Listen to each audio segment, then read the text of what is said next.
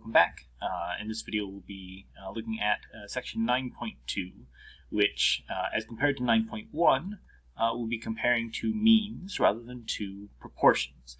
So let's say that we have a couple of different populations and we want to test whether or not the means, the averages from these populations are going to be the same.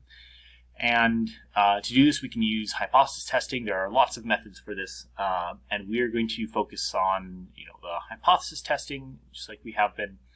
And there are different scenarios for how much information we know already before we start the hypothesis testing.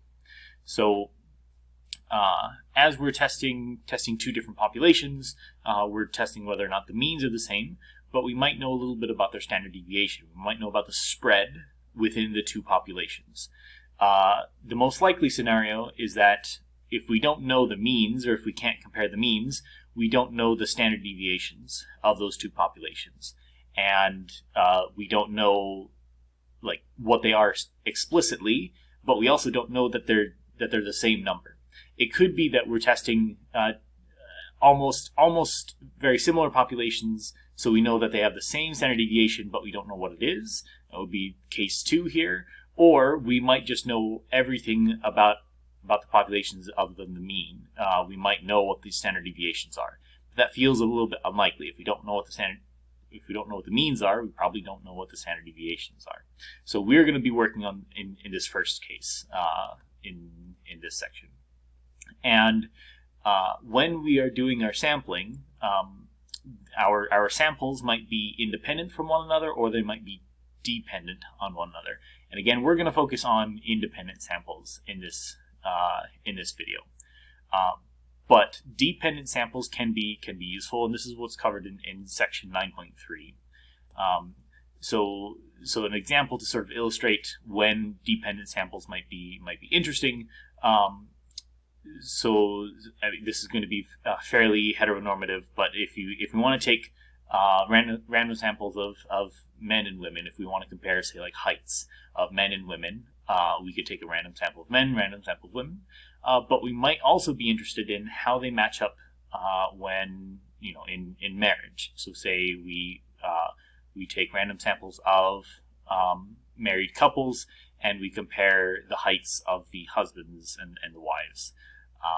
And this can be used for anything.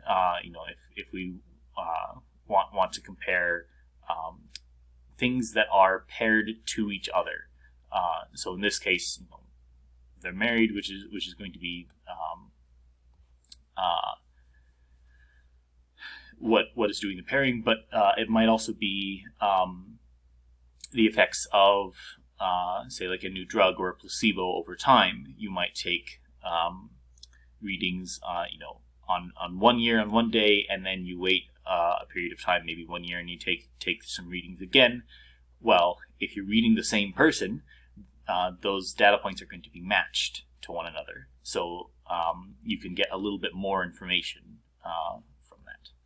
So when we are taking random samples, and this is not going to be for matched pairs. These are just going to be a random sample from one population, a random sample from another population that are completely independent. Again, what we're doing is we're testing whether or not the population means are going to be the same. So we don't know what mu1 and mu2 are, but we want to know, are they the same, or is one bigger than the other? Then when we do our samples, we'll have our sample mean, and we'll have our sample standard deviations. But the other thing is that we'll also have our population standard deviations, and we don't know what these are. We're assuming that they are not equal, and that we just have no idea what they are.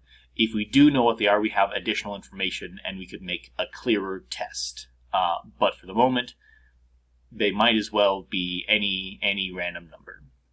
And then lastly, the only other important piece of information here is we need to know how many things we have sampled.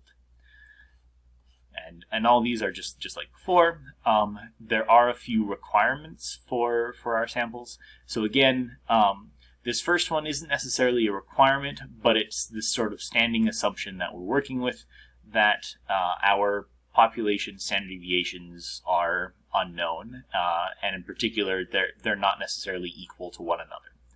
If they are known or equal, we can use different methods that will be more precise. In 9.2, we're assuming our samples are independent. They're not dependent on one another. They're not matched in any way. Our samples are simple random samples.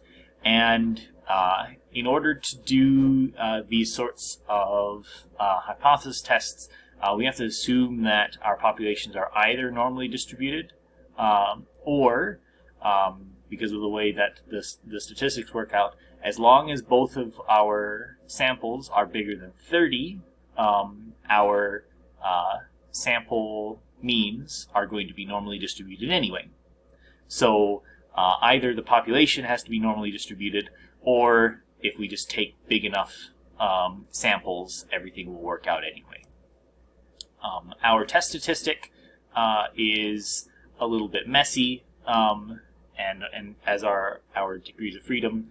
So because we don't know what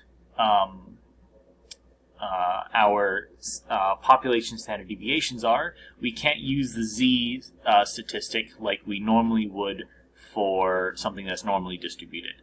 So since we don't know our standard deviations, we use t instead, which will compensate for those unknowns, and it's given by this formula.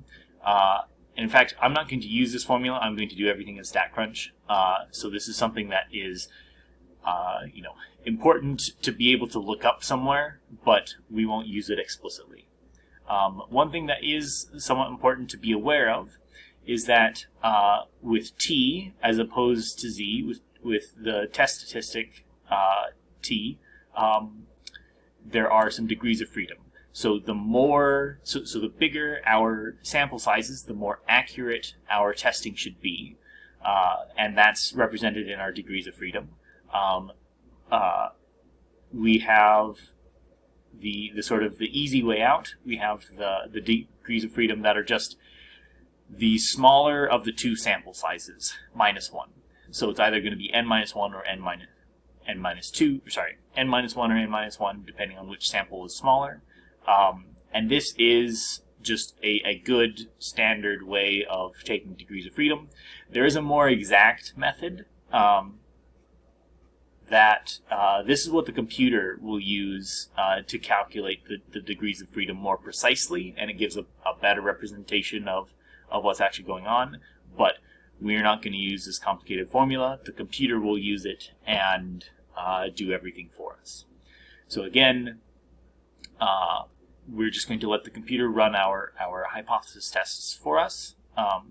And the last thing is that rather than using the p-values that we would get before, we can use confidence intervals.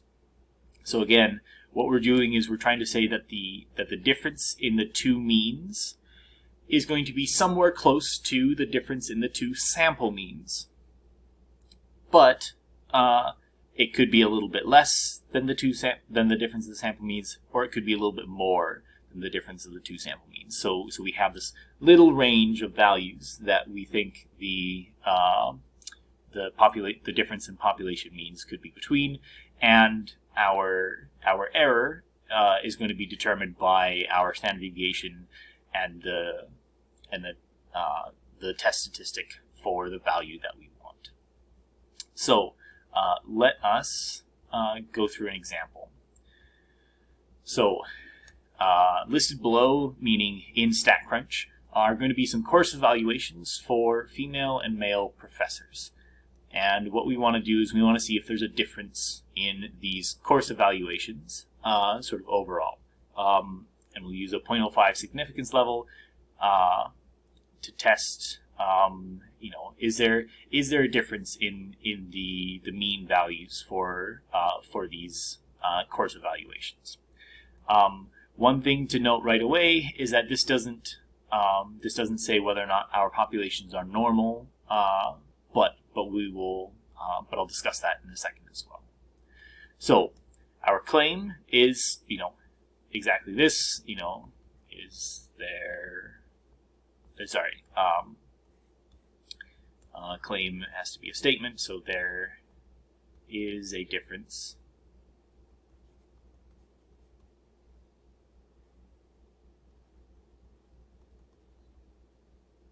in the mean values for course evaluations. And sort of symbolically, if we call mu1 the course evaluations for female professors and mu2 the course evaluations for male professors, all we're saying is that they are different. And when we are talking about our null and alternative hypotheses, for the null hypothesis, that's when things are going to be equal. That's when we say things are precisely going to be equal to something. And in this case, equality just means that the null hypothesis should be that the two course evaluations, the means, are going to be the same. And the alternative hypothesis is going to be that the course evaluations, that the mean course evaluations. Oh, my pen ran out of battery, so I'll have to use my mouse. I apologize for the clicking, and I won't be able to write as fast. That's okay. So the alternative hypothesis is that these guys are not equal to one another, and our significance level is going to be 0.05. So let's go over to StatCrunch and plug everything in so we can calculate our test statistics and our p-values. So here in StatCrunch, I've already listed all of our values right here. And what we can do is we can come to stats, and we are looking, we're using the t-statistic because we're testing population means. And we have two samples, and we have all of our data listed for us. So we don't have to do any extra calculations for this. StatCrunch will know that, okay, our samples are going to be, I've listed them as the female course evaluations and then the male course evaluations. So it knows that those are our two samples. So it can calculate the means and the sample sizes and the sample standard deviations for us. And we want to perform a hypothesis test. And again, our H0 null hypothesis is that the difference in the two means is 0, that there is no difference in them. And our alternative hypothesis is that the difference in the means is not 0. They are different. And I'm not going to worry about any other things here. Note that we don't want to pool variances. This is something different.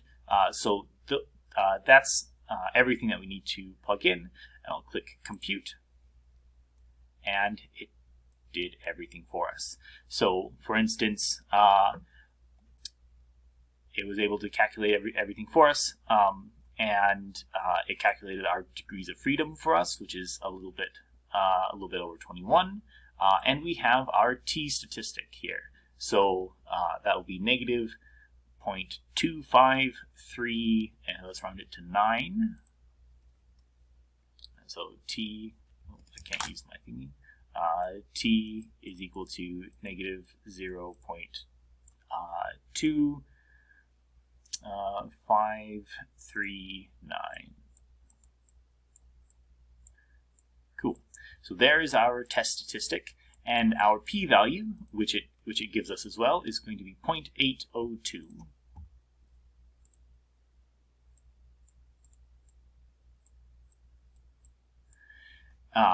Now, our p-value, as we compare it to our significance level, the p-value is much greater than our significance level. So we fail to reject.